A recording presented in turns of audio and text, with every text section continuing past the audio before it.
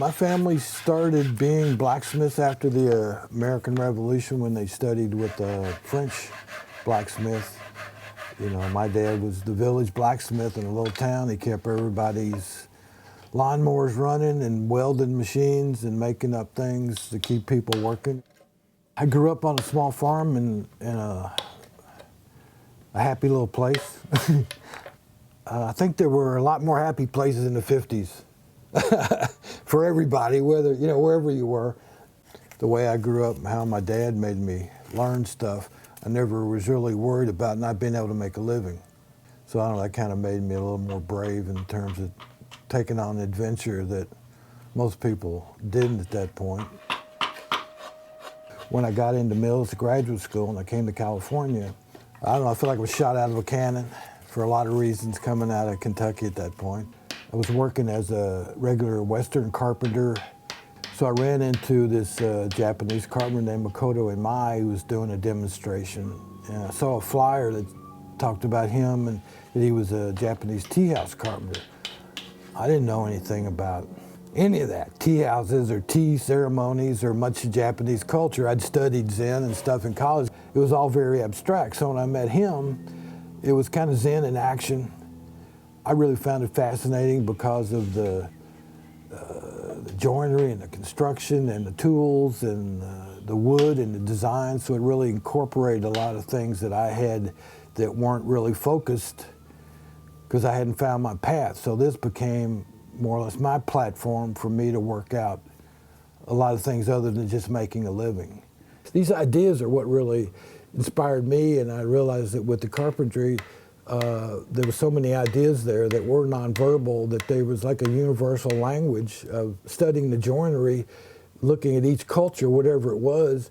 You could really tell a lot about the culture, their aesthetics, what their machine tool making was about, how they understood the engineering, what they had to adapt to their own communities. You know, they took like sword makers and they make the plane blades and the chisels and the saws and all these incredible tools that they've developed, you know, that are tools that are powered by skilled individuals that go through a very gruesome kind of apprenticeship. But when you get to the other side, these people are just really, you know, really incredible, and they're so multidimensional. And I really thought that was one of the good benefits of this kind of study.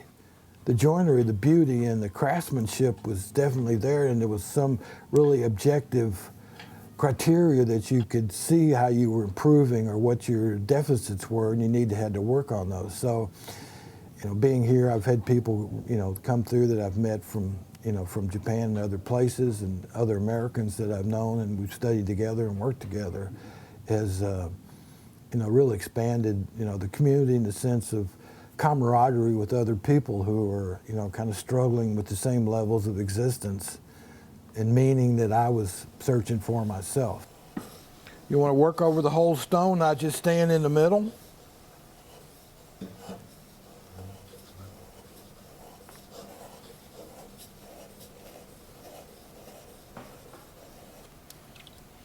Then we're going to do it, we fill the burr, it's time to stop.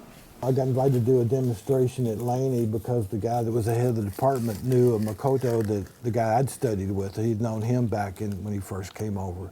So I went over and did a demo, and he ended up getting a part-time job there. So I've been an adjunct part-time temporary professor for 18 years. My students and their enthusiasm is what really keeps me focused and trying to help people out, because I have people that drive in from Lodi, Santa Cruz, Sonoma, Mendocino a couple of times, you know, a lot of local people, but you know, people make that effort. That's one of the best things about teaching.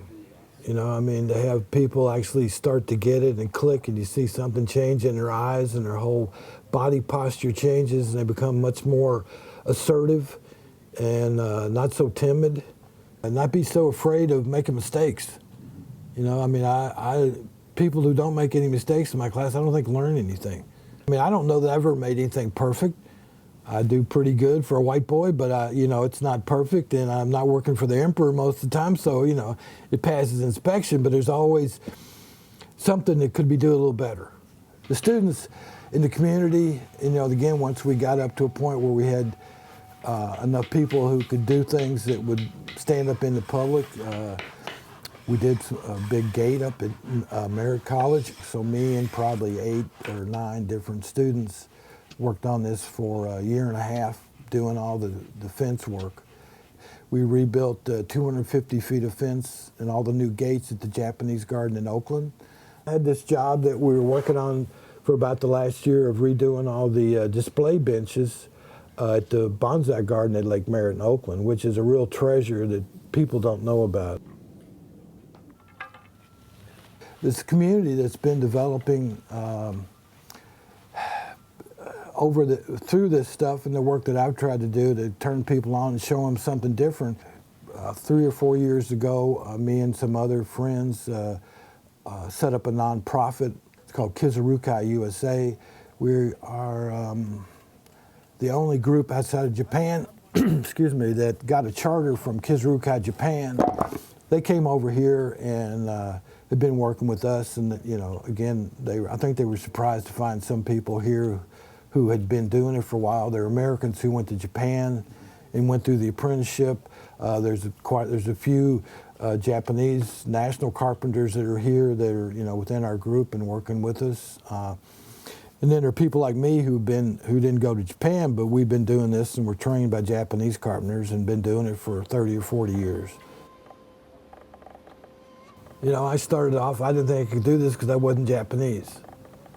And I realized, well, that's not what's important here. I was selfish in my own right. I moved out here to be selfish to find out what I needed to know. And, I saw venues on things that I wanted to know, and I had to find out my own way to get to them.